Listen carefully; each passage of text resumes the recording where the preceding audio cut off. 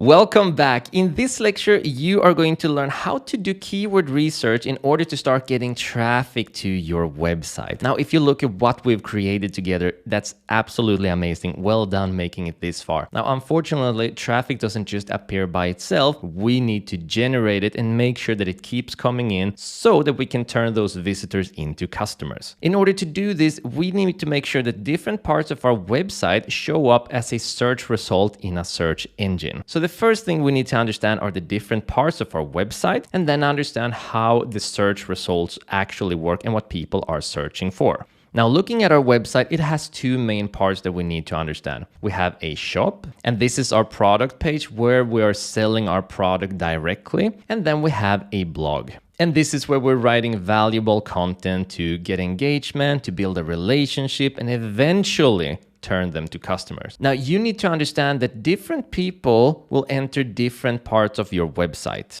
People who enter the product page of your website are interested in buying your product. And people who enter the blog page of your website are interested in learning more. So those are called different intents. Now, for visitors that are interested in buying, we call that a purchase intent. That means that they are using search terms in Google that has the intention of buying something like buy, best price, coupon, compare, etc. All of those so-called modifiers are different synonyms where the intention is of buying the product. The other intent is called a curiosity intent. With a curiosity intent, you're not looking to buy something, you are looking to learn more about something. So for example, it could be how-to, tutorial, what is, explained, etc. So by understanding people's different needs, we can also rank with different parts of our website based on different intents. If we go to google.com and we have a search term like buy blue light blocking glasses, what we would like to do is make sure that we optimize our product page, that is this page, and make sure that this page will appear as a result when people are using a search term like blue light blocking glasses. Because when you have a purchase intent, you should take them to a product page where they can purchase something. However, let's say that the search term is what are blue light blocking glasses?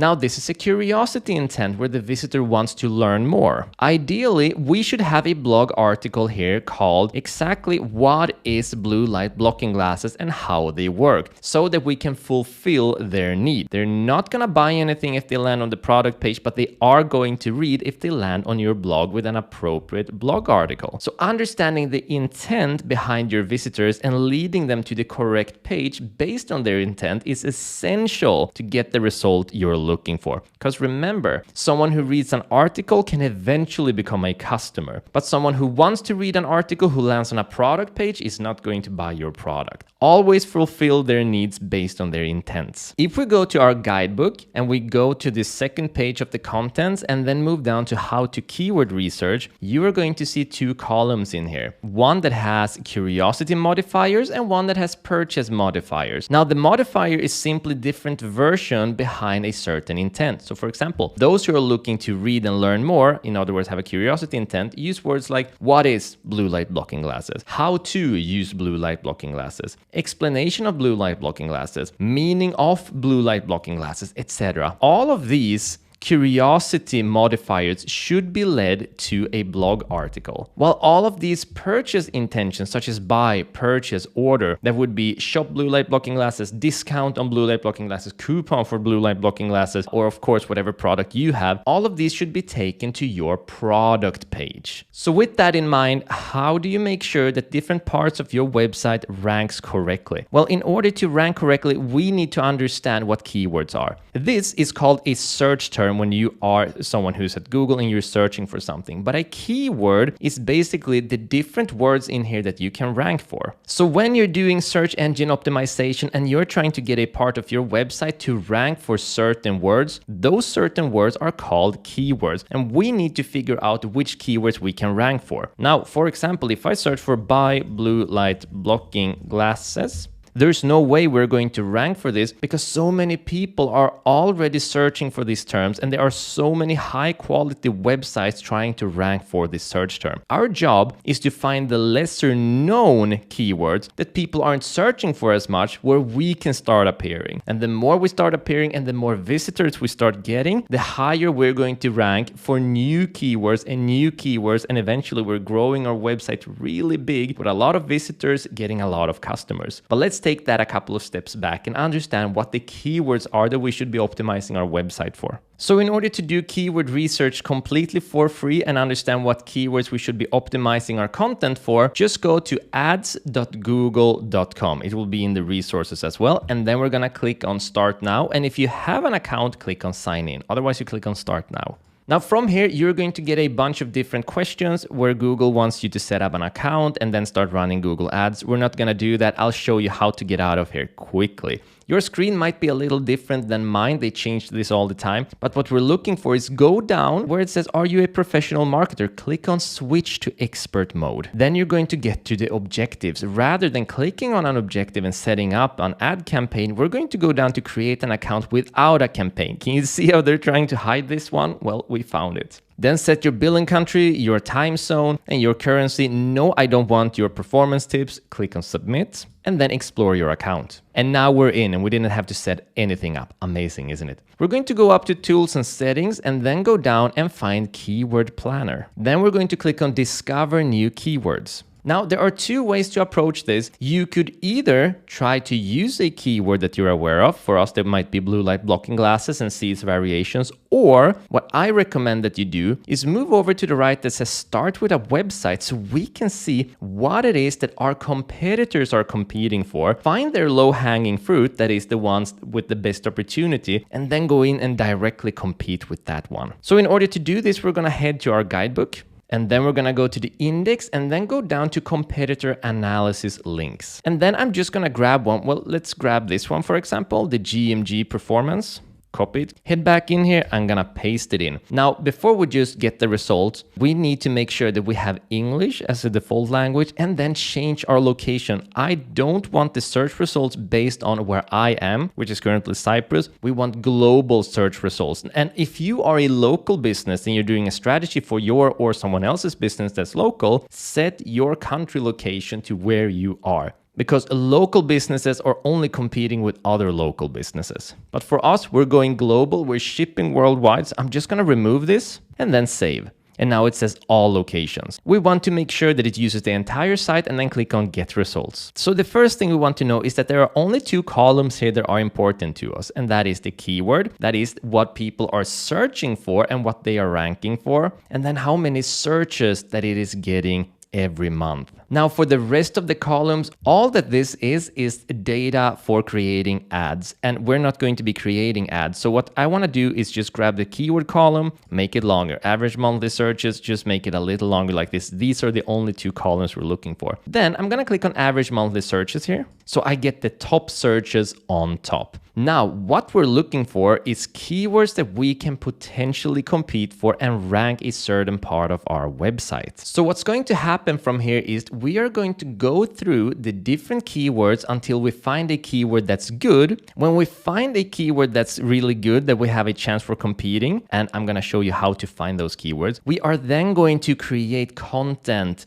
based on that keyword. So this is important to understand. This is how we create content from now on. We will only create content that we can rank for and that can generate traffic to our website. So how do we know what is a good keyword and what isn't a good keyword? Now, the first thing we want to do here is make sure that the keyword we search has at least 1,000 monthly searches, and they all do here and probably a couple of pages back. However, let's say that I grab this one, filter blue light glasses. I'm going to copy it and then I go into Google and I simply search for it. Then we're gonna get these results, but these results don't really reveal anything to us, do they? We have no idea how strong these pages are that are ranking for this specific keyword. So in order to get more data on all of the websites and how strong they are ranking for this keyword, we are going to download something called the Moz Bar. In order to find the Moz Bar, you can search for Moz Bar here. Mossbar, just like that, or go to the resources and paste the link in directly. And you're going to need to use Google Chrome to use this extension, but even if you don't have Google Chrome and maybe don't even like it, it's really worth to get Google Chrome,